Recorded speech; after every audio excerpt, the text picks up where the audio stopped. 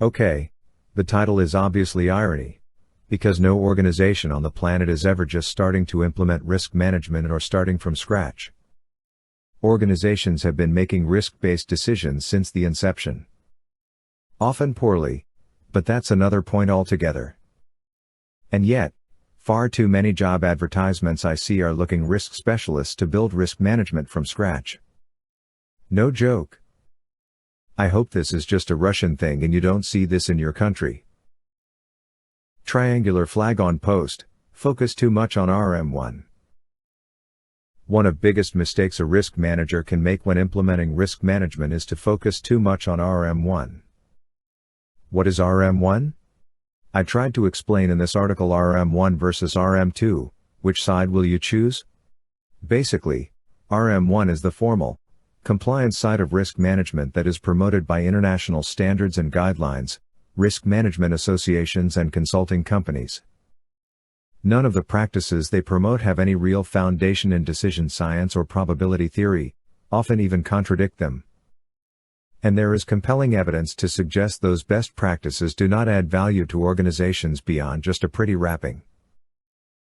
This may come as a surprise, but we don't need a risk management framework, a risk appetite statement or risk owners to perform quantitative risk analysis and help companies better risk-based decisions.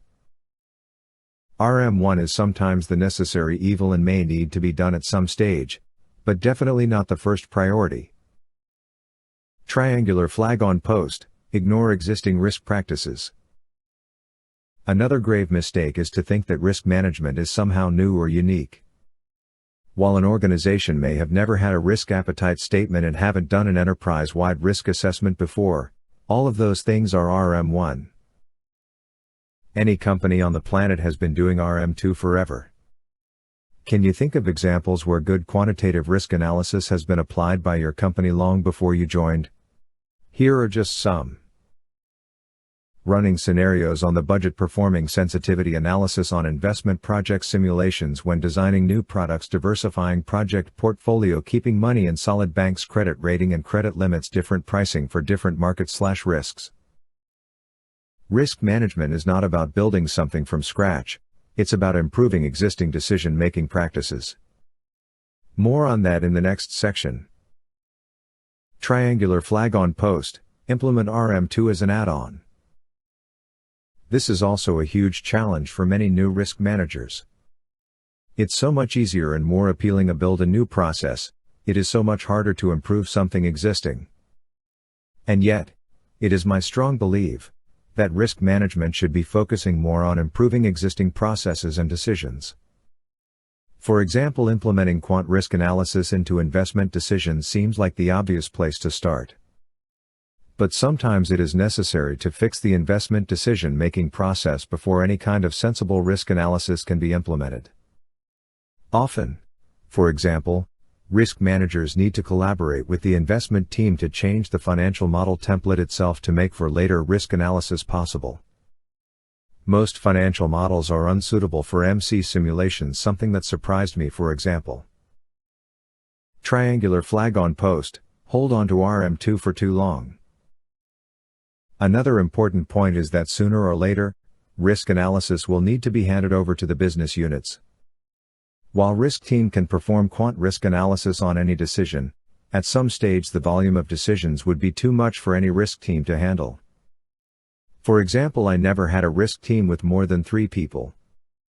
So our capacity is quite limited and we are actively preparing for the time when we will need to hand over the risk analysis to the strategy team, investment team, financial controllers, commercial division, project management office and so on. Triangular flag on post, implement what you know, not what the company needs or what works. This is a tough one because there is much noise in the risk profession and so little agreement on what works and what doesn't. For example, every best practice recommends using heat maps, but they never did and never will work. How are risk professionals supposed to know this?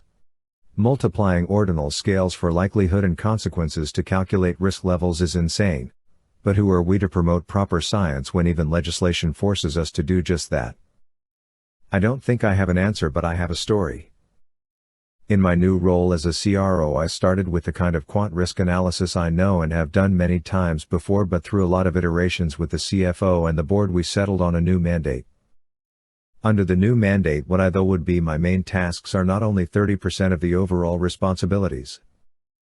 That's right, 70% of my current mandate is what the company needs, not what I feel comfortable and easy doing. I hope this is a powerful reminder to everyone in the risk profession.